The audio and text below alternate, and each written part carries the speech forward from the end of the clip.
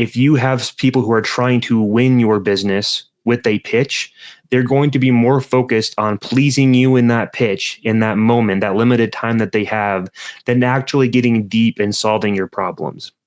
You may think on the surface those are going to be the same thing, but they're so often not.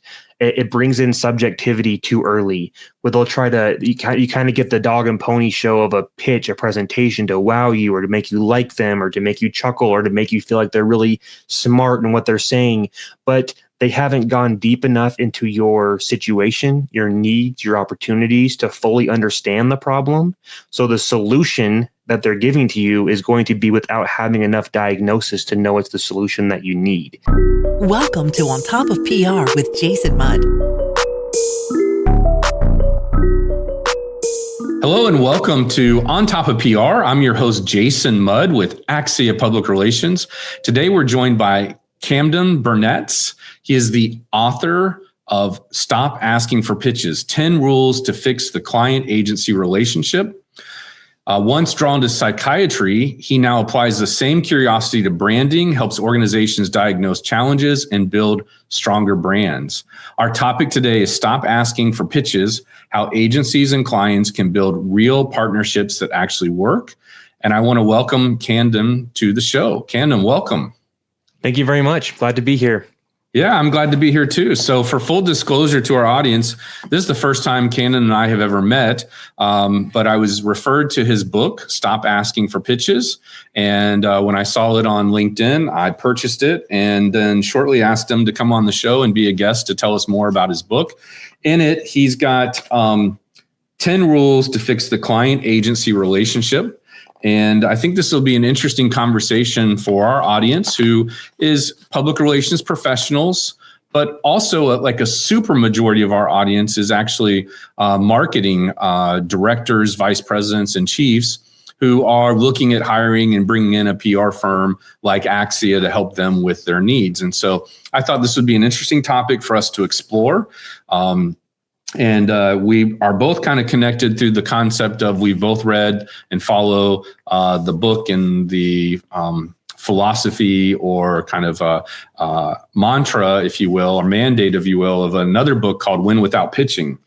And so what you've done, and I don't want to put words in your mouth, Camden, here, is you've taken kind of some of those similar concepts where the author there, Blair Enns, of an organization called Win Without Pitching, and his Win Without Pitching manifesto is kind of suggesting 10 things that agencies should do to avoid bad client, relationships because of the way or lack of the way the agency positions itself in the marketplace.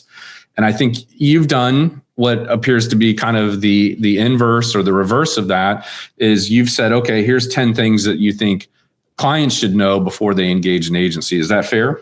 Exactly. Yeah. And full credit to Blair and his organization for, I don't take credit for the originating of these manifesto points or these rules, as you want to call them, although I've changed the wording a little bit in my book. What I did is I come from being on the agency side of that relationship. I haven't hired agencies myself. I've just worked in them for years. And so I've read that the Win Without Pitching manifesto for a few years now. I've been going back to it, referring back to it, bringing it up in conversation with coworkers, and thinking this isn't just it's not some sneaky way to like take advantage of your client or of your clients if you're the agency. It's not some like secret playbook. It is really establishing the best relationship for both agency and client. Yes. So more and more, I found myself I wish our clients understood this principle. I wish that they had read this chapter. I want to send this to them. And so over time, I just thought, well, I'll just write it. Like, how would I position this instead of just handing them the one that's written for the agency, although it's still valuable? How would I kind of translate some of this stuff to the client-facing, the brand-facing audience? And that led me to initially just taking some notes and then putting it together and putting a cover on it. And that's how I got to this book. Well, that's very cool. And you certainly got an endorsement from Blair himself, which is how I originally heard about you and saw the book and decided to buy it, read it, and then say, okay, this guy would make a great guest because he's done what I think lots of agency professionals would love to see a client do, which is kind of understand some of the nuances of the business and best practices for going about selecting a firm.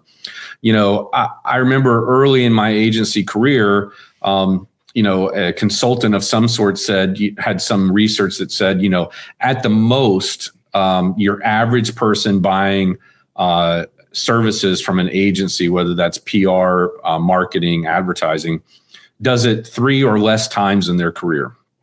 Right.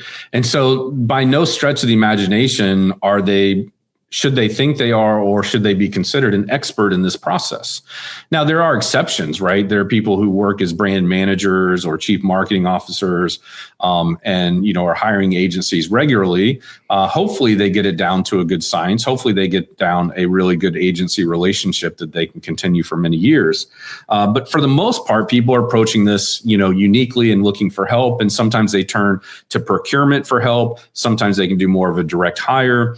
And I think this is a relevant topic in my mind, and you're the author, but in my mind, for procurement to become aware of as well, because buying agency services is about buying a creative class of expertise and experience and guidance and consulting that is much different than buying staples and pencils and other supplies. I mean, when you talk to procurement, they refer to you as a supplier, but I don't think we're a supplier at all, right? We're not offering products. We're offering strategic advice and services, which I think is a lot different than who's got the best deal on staples for the next year. You're describing how I believe it should be. And there are some who do it that way, but too many, I think, in my experience, do kind of see it like staples, see it as like a commodity, and there's a certain shelf of products or services you offer, and they'll look for the lowest price or the one that they got referred to or something. And those are price and people's word of mouth. Like, I'm not saying that doesn't matter, but it should be different. It should be pairing a relationship up and not buying like staples, like you said. And so I think that's part of the message I'm trying to convey is don't think about it that way, because then you're going to get diminishing returns, or you're going to have buyer's remorse, or you're going to have an agency that's frustrated with you. Lots of potential things that could happen. So yeah, you're spot on. Yeah, I mean, it's treating a trusted advisor and an advisory type service as a commodity in many ways. And, you said, I've seen this ironically in RFP saying we're looking to build a relationship with the right PR firm or whatever it might be. And yet the way they're going about acquiring the relationship is through a commodity process, right? And so you never get to meet the people you're going to be working with until you're at like the final stage of the negotiations. And then they get there and they're like, I don't know if I really like these people. So I just, and I know from experience when I've had my team or my assistant or whatever say, go out and find somebody or a company who can do X, Y, and Z for us. And then I see what they brought back. I'm like, I should have been more involved in this from the beginning, right? So I think we both understand that. What I want to do is go through the 10 topics, and you've written the book the way I recommend people write books, right? So you've created chapters for each topic that you want to cover. And so let's talk about the first chapter. And before we press record, I was referring to these as rules, and you've got 10 rules as part of your subtitle. So rule number 1 says don't hire generalists. So let's talk about this one for a minute, and then I'll probably have some follow-up questions for you. Sure. And being kind of inspired by Win Without Pitching Manifesto from Blair Enns, some of these are very similarly worded because they're like kind of the other side of the same coin. Some of them are a little bit different extensions. This is one that's pretty much the same from his. And so a lot of the things we'll talk about now are similar things that Blair touches on that the agency consider. But essentially, people need expertise. That's what they should be hiring when they hire a firm or an agency. And so I think this is especially relevant to you and your audience because specializing in PR as a firm, that is a specialization. There are some agencies out there that say we are a whole service, one-stop shop marketing agency or business consulting, whatever they want to call it. And they'll have some digital media, they'll have a little bit of PR sprinkled in here, they'll build websites, and that serves a certain audience. But what I believe is people who are really trying to get the best bang for their buck and have their problems solved, you need the expert in that. Both I and Blair kind of point out the analogy of like going to the doctor. There's a general family medicine doctor, and not knocking those guys at all. They're great. They serve a purpose. But if you find out that you have a brain tumor or you need a heart transplant or something, you want a specialist for that. You're not going to the general family medicine. You need someone who's really good at that thing. And so the thing that I encourage people who are considering agencies or a firm to hire is figuring out what expertise do you need? Because just saying, oh, an expert in what? Is it a certain demographic? Is it a certain geography? Is it a certain type of media or communication? Is it crisis management versus something else? And so I won't try to list every possible expertise you might be seeking, but figure out what is it that we don't have internally, that we are not able to do ourselves, or we don't have the experience in, or we don't have access to. What expertise do we need? And then that should be one of your main criteria in seeking out and interviewing and vetting potential agencies. So don't hire a generalist, find what you need for the problem. I think that's a great point. And I see this a lot where someone comes to me and they say, oh, we're not really happy with our current PR firm. And I ask, who do they use? And if I've never heard of them, I look into them. I go, well, the problem is you didn't hire a PR firm. You hired an ad agency who's got a couple people in the corner that do some PR and they can show up to meetings when you need them. Mm-hmm. And then you wonder why the PR is not working out for you, which I think is acceptable if you've got very basic PR aspirations and you need a paid media agency or a marketing agency or something like that to help you. But what I find is sometimes they're just aware of an agency who happens to have PR and then decide to hire them. And then they have lackluster results, if you will. Yep. And, I can empathize with that because, I found myself early in my career in a situation like that where I'd hired an agency and they couldn't do PR. They said they could. They had a account executive doing media pitching and a copywriter writing news releases. And it read like a advertising copy editor wrote a news release, right? And so there is some specialization there that's required. And I think, most people, if they think about it a little bit, they realize they don't want a generalist. They want an expertise. And that's part of the problem, I think, of hiring a big firm is that they've got a lot of internal capabilities, but maybe they don't specialize or have deep capabilities outside of a certain area. A trick I've learned over the years, and Ken, maybe you agree with this or not, but I've always found if you look at the principal of the agency, the founder of the agency, the leader of the agency, what they typically do best is what their agency ends up doing best. And so I know agency owners who come from a background research or an account service research or a copywriting or art direction background. And typically their agency is really good at that one thing they used to do right before they started the agency. So if you're having a hard time figuring out what your agency specializes in, one, maybe find a different agency, or two, look at what the founder, was really good at, or the head of the agency is really good at. Yeah, good tip. Yeah. Oh, go ahead. I want to say, it's a good tip. I hadn't thought about that, but that makes sense to me. Yeah, I can't take credit for it. Somebody else said it, and it just latched on to me. The second rule you have here is stop asking for pitches, which is the subtitle or the title itself of your book. And so let's talk about that. Why should clients or brands stop asking agencies for pitches? So this one is the title chapter, because I do think it is the kind of the crux of the main most pivotal chapter in the book. And I did, obviously, coming from, I'm not specific to PR in my background. In fact, that's not really my expertise. I would say don't hire me personally for PR. But so I wrote this for kind of more general agencies, especially creative agencies. But I think it very much still would apply to a PR agency or someone looking to hire a PR agency professional, or to help them, I mean. And the reason you don't want to pitch, and so again, the pitch looks a little bit different. If it's like a creative agency, you might ask for a pitch like an ad campaign. Give me a creative concept, give me a headline and the different ads that are going to go with that. A PR pitch is obviously going to be a little bit different, but either way, by asking for an agency that you haven't hired, that you haven't invested in with your time or money or your buy-in in that relationship, is inherently going to give you something that you may be excited about up front, but is going to have diminishing returns overall. For example, if you have people who are trying to win your business with a pitch, they're going to be more focused on pleasing you in that pitch, in that moment, that limited time that they have, than actually getting deep and solving your problems. You may think on the surface those are going to be the same thing, but they're so often not. It brings in subjectivity too early, where they'll try to, you kind of get the dog and pony show of a pitch, a presentation to wow you or to make you like them or to make you chuckle or to make you feel like they're really smart in what they're saying. But they haven't gone deep enough into your situation, your needs, your opportunities to fully understand the problem.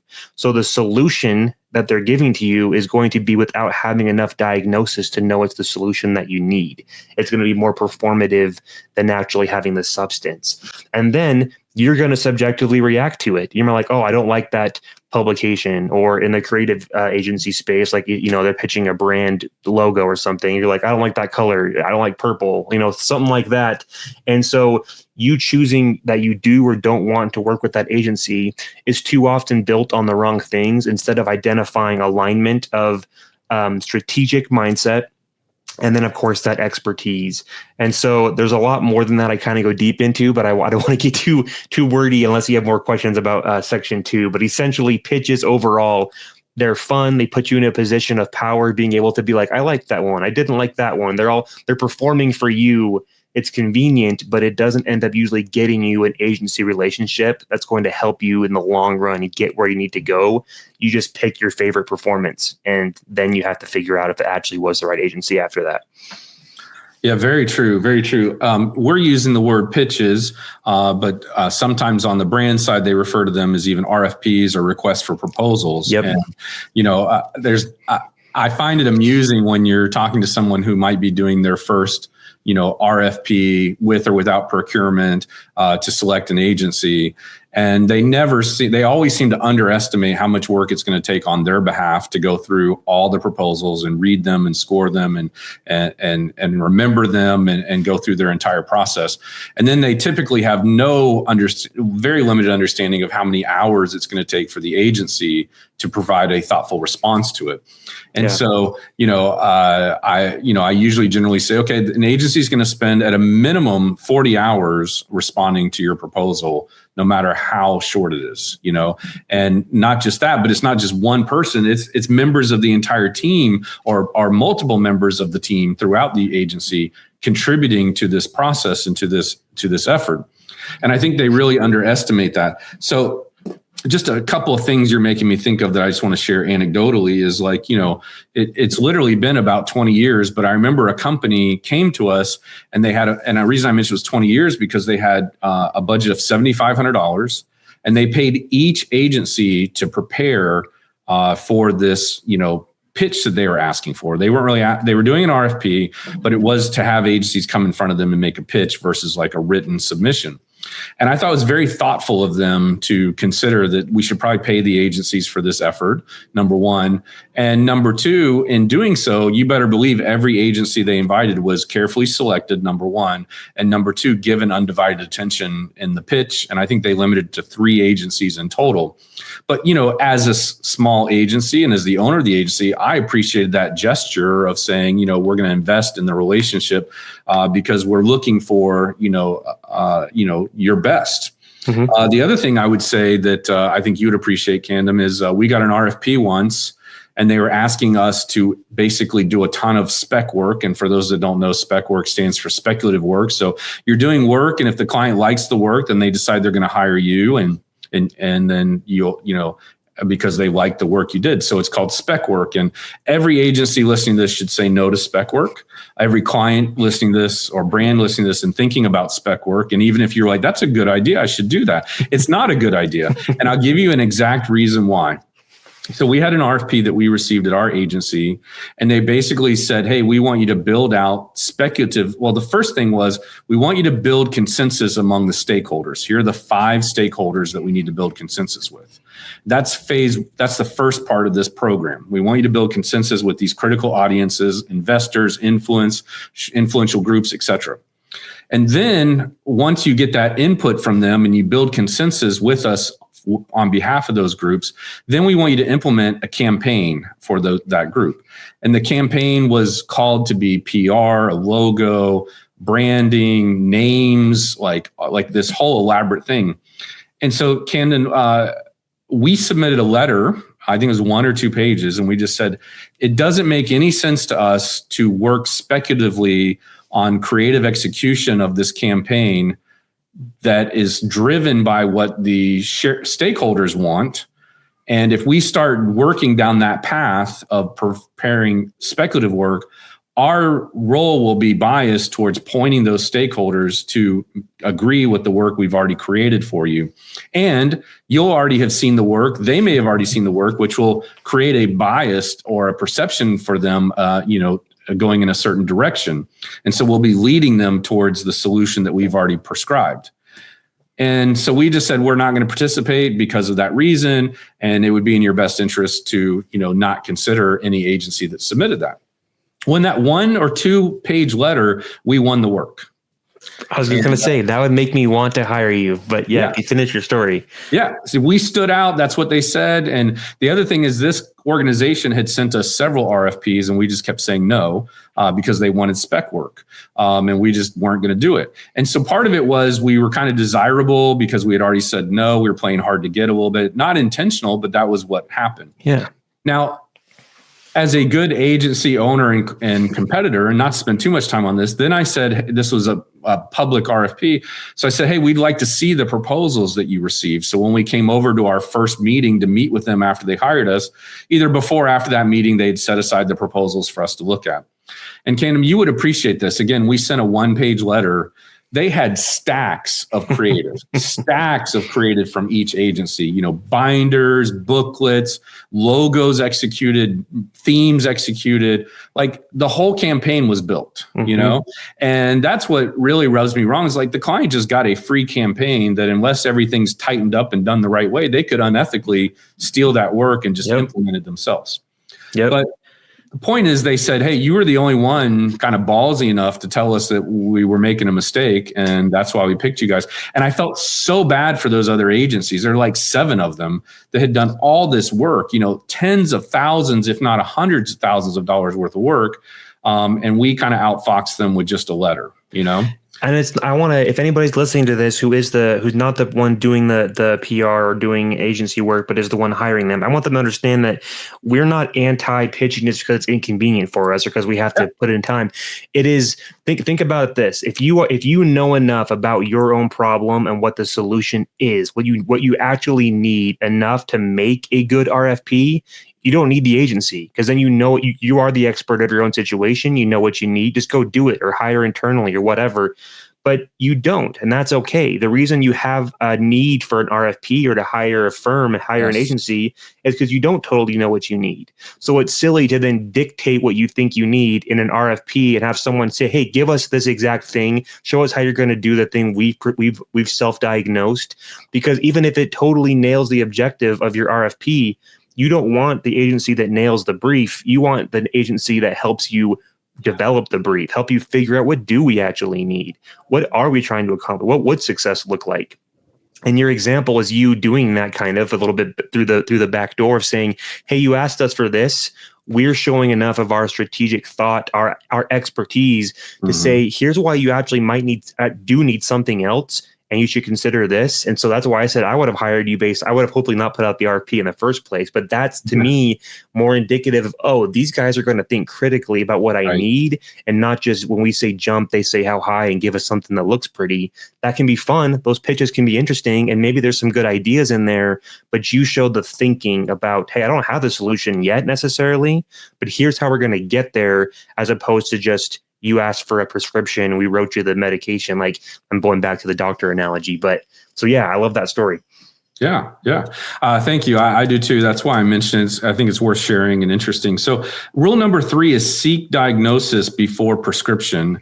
And just led right into that. The doctor analogy, right? And when we talk to potential clients, I always tell them, look, like a good doctor, I want to diagnose your situation, prescribe something to you, and then let's apply it, right? And that's I think I got that from Blair, actually. So I shouldn't make people think that's my own idea. But so you diagnose, prescribe, apply, and then in theory, if you go to a doctor, you reapply it if it's not the right dosage or the exact prescription that you need. So did you want to add anything else to that? Just that. We kind of just touched on that. I guess I'll just add, again, think about the example. It makes so much sense and seems obvious in the medical space. If you were up late, WebMD and diagnosing, I think I might have this situation.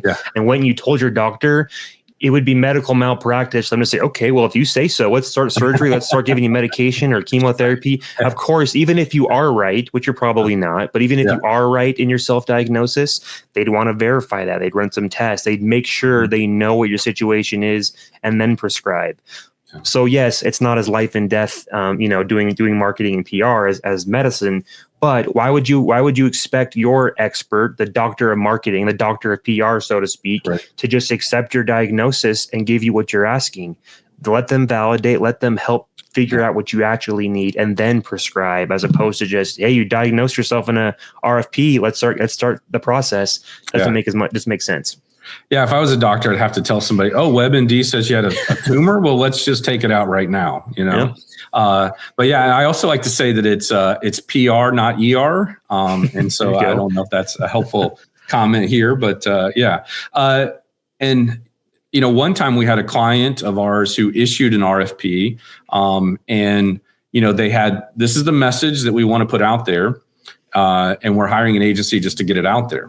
And we knew the client well. We so strongly disagreed with the messaging that they were proposing that they wanted to hire. Basically, we've created the strategy and the messaging. Now go implement it. And that was the RFP. We'll implement it. And we felt like the strategy and the messaging were flawed. It wouldn't resonate with the marketplace. It didn't make sense in general. And so we sent a 1, maybe 2-page response to that. And you'll laugh at this, but we've never heard from that client ever again.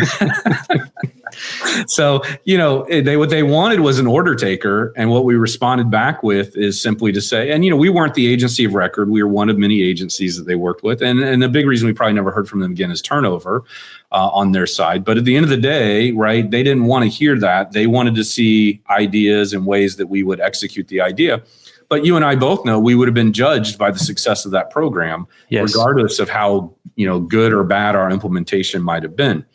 And so at the end of the day, if we didn't understand the rationale and we didn't understand the messaging as people who understand their company well, how do you expect people, complete strangers or to understand that as well? And so I think that's important to emphasize your point, which is seek diagnosis before prescription, because they had the prescription all figured out and then wanted to lean on experts to simply implement it. So might have sounded good in a boardroom. Yeah. Didn't sound good in a living room. And like I said at the beginning or a little while ago, it's not just trying to, I didn't write this and don't talk about this thing just for the convenience of the agencies or the firms. But think about it from the perspective, you were the one who put out that request that just said, hey, we have a message and we want you to put it out. If you would have submitted to that and they would have hired you, they would have been getting a firm that is going to have to inherently devalue them because they're just, you become order taker. I'm not saying you would try to devalue your client. Everyone tries to help their clients out. But if you're just waiting for them to give us the next assignment, or they're only paying just the minimum, you're not thinking proactively of new ideas, new pitches, new things to put in front of them. You're not personally motivated, intrinsically motivated. Oh man, what if we could do this for them? You just become minimum effort to get the job done, and they don't want to hire that. So why are you, by putting out that kind of request, you're inherently asking, hey, who wants to come be like the most least effort agency for us? Who's the one's going to try? Who's not going to spend any extra time on us? Who's going to put us at the bottom of the pile? That's who we want. No one wants that, but you set that up when you put out a request like that. I've never heard of an agency called Order Taker Creative, right? I mean, at the end of the day, like that's not what we're in this business for. I think there are, there's certainly people in your agencies who do production work, right, was what we call it. And so, there might be a time where you're like, hey, we just need this deliverable done. It's not high level thinking. There's not a lot of strategy behind it. There's not a lot of creativity behind it.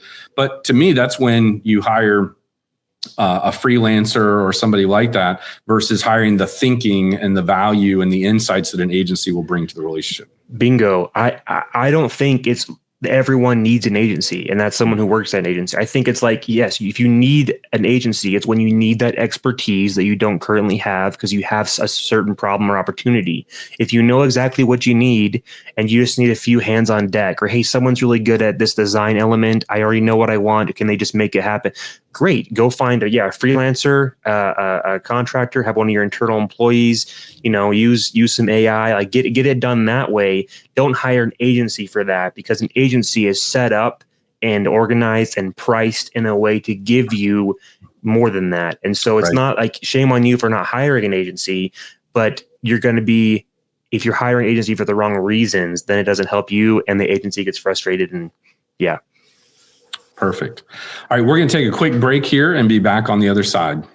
This episode is brought to you by Audible. Enjoy 30 days free of Audible Premium Plus by going to ontopofpr.com/audible. You're listening to On Top of PR with your host, Jason Mudd. Jason is a trusted advisor to some of America's most admired and fastest growing brands. He is the managing partner at Axia Public Relations, a PR agency that guides news, social, and web strategies for national companies. And now, back to the show. Hello and welcome back to On Top of PR. I'm your host, Jason Mudd with Axia Public Relations. Today, we're talking about this book, Stop Asking for Pitches. It's by Camden, Bernatz. He is sharing with us the 10 rules to fix the client-agency relationship. We're having a great topic here. Thank you for sticking around with us. We're going to jump in here and knock out the remaining items. Rule number 4 is to rethink your reasons for hiring an agency. And we've hit on that a little bit, but can kind of summarize it a little bit for us? Yeah, I feel like all these chapters, they do build and blend on each other. So we've kind of touched on this, but just to summarize, in chapter 4, rethink your reasons for hiring an agency, I talk about a variety of common reasons people come to the RFP, put out the RFP basically, or are considering hiring an agency that on the surface makes sense. And they're kind of a default reason you might have in mind. But I point out the flaws in some of those different reasons. I won't get into the details for the sake of time, but some of them are like an extension of your team, or to look good to your higher ups, or to train your internal team on something that you eventually want to take in-house, but you'll have an agency in the meantime. There's a variety of reasons that I think are going to produce diminishing returns and not actually get you what you want as the one hiring an agency for that reason. So I break down why they might look good, but what the downfalls actually are, and present kind of some better ways to look at it. And so I'm very pro hiring an agency if it's for the right reason. Yeah, sure. And I think as a trusted advisor, we want to guide clients and companies in that direction of maybe you don't need an agency for this, or maybe you do, depending on what the challenge is. And I think they'll find by talking to agencies and having, as Blair recommends, conversations with agencies, as opposed to just sending a brief over the wire and then waiting to get a response. Having some conversations is a great way to get started. I know for our agency, we require a conversation, or we're just going to say no thanks, right? And through those conversations, we learn a lot more about the company. We're able to give the company better recommendations. And the company is now challenging some of their thinking through the questions we asked and the solutions that we discussed with them. Yeah. Chapter 5 is, I like this one, earn the enthusiasm of your agency. What's your recommendation there? This one, again, to talk about the perspective, agency thinking about this versus the person hiring them. It might sound a little self-serving of the agency, like, hey, earn our enthusiasm. And there is an element to that. We want to have people who appreciate us. But I also lay out in this chapter why it is in your best interest as the hiring, the brand that's hiring the agency. You want your agency team to be excited about what they're doing for you. And that's how you get your best work. And so I lay out some ways to think about that, what kind of things agency people do get excited about. It's not always the biggest budget. I mean, yes, they want to get paid, but you might think, oh, I'm not the most exciting client because I don't have the biggest budget for them. That's not going to be the case in most situations. And so I lay out some principles of that, and kind of to summarize that now, I guess I would say the main takeaway of chapter 5, or the main way of how you can earn the enthusiasm of your agency or your PR firm, is treat them as strategic allies, not just vendors. You brought up the example of like the commoditization of products and service, or people feel like they're just buying something off the shelf.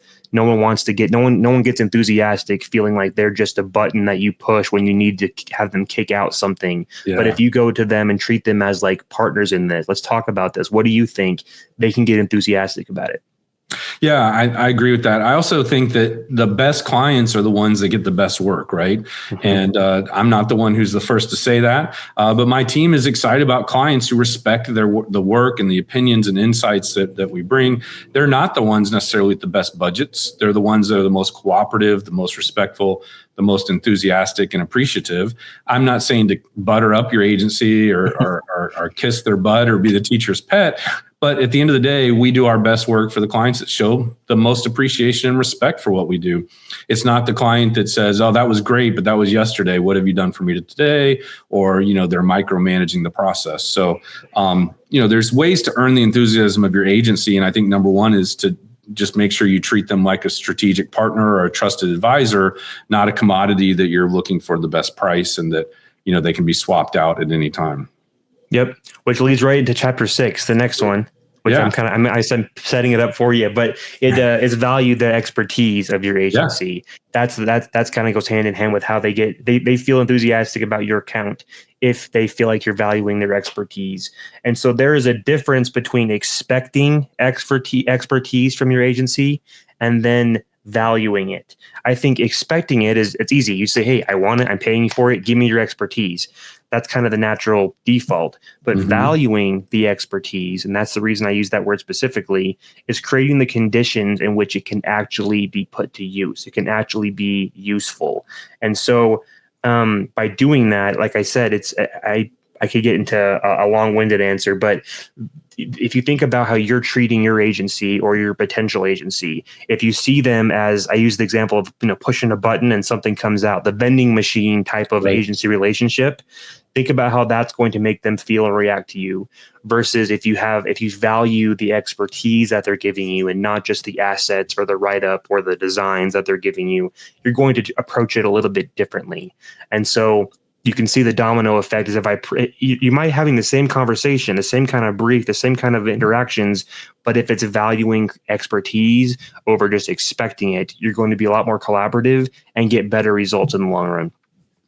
Yeah, I like that. And I think you're exactly right. I mean, my team and the people I work with, they know that I expect to have them tell you, here's 3 options. If I were you, I would go with option 2, or I want them to give me advice. And so, if I'm working with our art director or our copy editor, I might say, hey, what would you recommend here? Or I want them to not even make me ask. I just want them to tell me. Mm-hmm. And I think we should be doing that in our client interactions also, is coming to them with, hey, here's what I would do if I were you, or I'd treat it like it's your own business or your own money.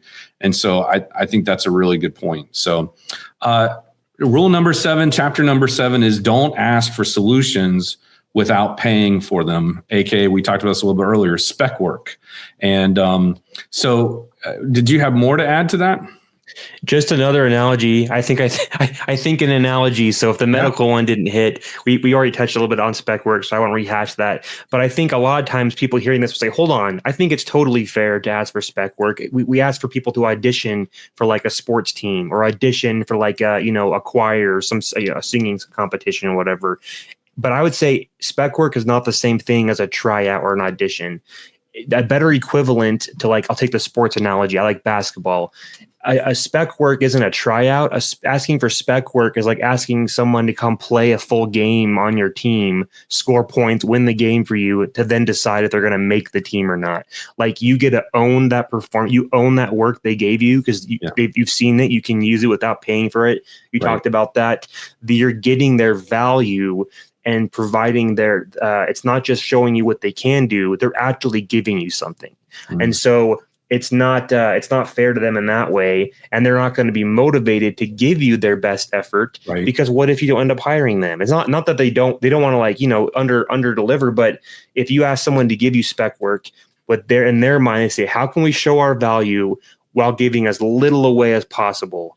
And so you're not going to necessarily get, besides all the shallow understanding of it and things I mentioned before, you're automatically setting up the relationship. How can I kind of help them but not fully give them my best effort? That is not how you want to start our relationship. And so instead of spec work, instead of what you see as the audition, even though it's not as good as an audition, you should have alignment. And like Blair talks about, conversations. Think about, what questions do you have about us and our brand? What do you assess the things that we need to answer about ourselves? What are we not seeing? How do you approach problems like this in the past and have conversations and questions and challenging of assumptions? And through a series of those conversations, you identify, hey, the way that they think, the way we interact, I want to work with them. I want them on my team. And then we can talk about the ideas, the solutions, the messaging, things like that.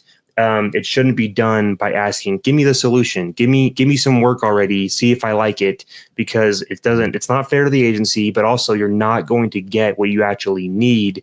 You're going to get a flashy moment that maybe impressed you in the pitch, but then you realize they don't actually align with us, or they don't understand our problem, or they whatever. So yeah. That's good, Camden. We will add in the episode notes a link to your book that we're talking about here on Amazon, so that our audience, if they're interested in what you're talking about here, what we're talking about here, that they could go in and purchase that book as well. And I also put a link to a video that I really like that's kind of funny, and it's mocking kind of the client-agency relationship like we're describing it, where a woman goes to the hair salon and says, I want you to color my hair with a little bit of a red tint, and if my husband likes it, I'll come back and I'll pay you. But if he doesn't like it, I'm not going to pay you for it. And you're nodding and I'm laughing, and I think some of our audience that is on the client side might not understand the humor behind this, but there are clients who are audacious enough to say, well, I want you to work on this, but if we don't like it, we don't want to have to pay for it. And I think that's really hammering home the point is don't ask for solutions without being willing to pay for it. And the video is designed to be humorous in that regard. But you'd never. It seems obvious in that setting. It's like, that's silly. Why would you ever do that? But it's like, that's literally what you do when you ask agencies to give you spec work, and you may or may not pay them for it. Yeah. Yeah. Well, what's funny is, I know a woman, because I don't really need a haircut very often, that cuts hair, and she tells me that she's had people try to propose something like that, or whatever. And I'm like, are you kidding me? So I showed her the video, and she's like, yeah, in my long career of being a hairstylist, this has happened to me. Oh, so, man. it's pretty funny. So, okay. Wrapping up here, let's see. Address issues of money early. I know I've won business from clients because I brought up money early and everybody else was too afraid to bring it up, and the buyer appreciated that. But why are you prescribing bringing up money early? It's just about the psychological foundation of the relationship, setting it on the right foot. If you are jumping around, if you can't be upfront about what budget you do or don't have, or on the agency side, what things are or not going to cost, you're wasting your time, because you need to have open transparency.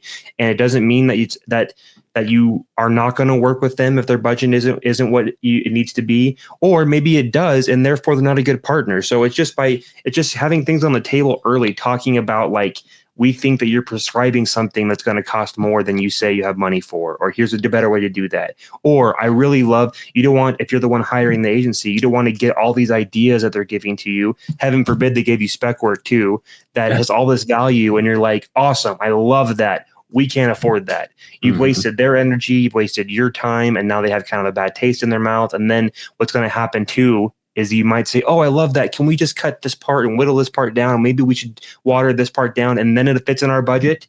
And if you do that, it doesn't have the power to before, and you think it's just like a almost as good version. So anyways, it basically is about being clear and upfront. And again, I want to point out the inspiration from Blair and the Women Without Pitching Manifesto. This is not a totally original concept, but I think it applies just as much to agencies should talk about money early. Clients should be willing to talk about money early, and just have clarity from the beginning. Absolutely. And I had a prospective client meeting recently, and I told him, I just said, hey, what you're asking for aligned with your budget, we could probably do one of the three things we talked about here today. And that clarity was very helpful, because I don't think they realized that they couldn't do all three for the price that they had. And regardless, it was a helpful exercise of them to prioritize what was most important. And I'm not saying that because the order taker role, but because through the conversation, I came back with them and said, hey, if I were in your shoes, here's the three things I would do. However, given the budget we've talked about, investment capabilities we've talked about, you should probably pick one and do that one well. And I think we won the work because of our candor and transparency of bringing up investment early, and then acting like it was our own money and what we would do with it, instead of waiting for them to pick the option. I'm glad you have examples of people who have ended up awarding you the work for you pushing back in that way. I think too often there's clients that say, okay, never mind. Someone else said they can do it all for this price. And then they become agency jumpers because they're like, well, we weren't happy with it, or it seemed watered down, or they didn't prioritize us. And it's like, yeah, by the nature of their you set up something that couldn't, maybe they were desperate to get anything in business in the door, however they could, or they were delusional about what their own, needs would be to charge you and stuff, whatever it might be. And so there's a lot of times you'll see some of those brands that have kind of a wake of agencies behind them because someone told them yes, couldn't deliver because it was unrealistic expectations, and they hop to the next one, hop to the next one. Yeah, that's good. We could do a whole episode on that. I think, the idea of a company coming to me and telling me the problems they're having with their current agency. And then they say, well, they don't bring us ideas and they just take orders and they do whatever. Oh, and our budget is this. And I'm like, well, that's what's happening is they can't afford to staff your account with the types of results you're expecting, with the types of creativity and ideas and the consultative approach. They're probably losing money every month just trying to deliver something to you, hoping that the business relationship improves. And so, I'm always a big fan of, if you've got an agency, try to make it work with that agency first before you just jump to another agency. Chapter 9, don't expect your partners to work at a loss. They don't expect hopefully they don't expect their employees to come to work and lose money, right? They want to provide a rewarding career and the ability for employees to, have a safe and rewarding lifestyle. And if they don't, then those employees are coming to work less productive and more distracted and stressed. And a stressed out employee is probably not something that you're going to get your best work from, and your customers or clients or coworkers are going to get a great employment experience from. So talk about Chapter 9 for us. Yeah, so this one is a other side of the same coin when it comes to like spec work. So spec work is all about before you've hired them, asking them to give you stuff. But a lot of times agencies will be asked to work or expected to work, whether explicitly or through assumption, to work at a loss after they've already got the account. And those are some things like endless revision cycles. You have a certain amount of time and energy and bandwidth dedicated to something, but then they want to review it again and edit some more and more. Pretty soon you've gone way more time than and now you're working at a loss in that sense. Scope creep, where you agree to do something and they want little add-ins, and can you also put it into this, and can you also, and pretty soon you've now inflated what they originally agreed to do for you for the price you agreed on. Asking for free pitches or brainstorms, like, hey, can we just have a little brainstorm about this other problem that we're having, or this connected issue from the one you're working on? And it seems like just a nice little, side conversation, but you're unlocking a whole nother deliverable. That's asking them to work at a loss. Asking them sometimes, this one particularly is a little bit of a pet peeve for me.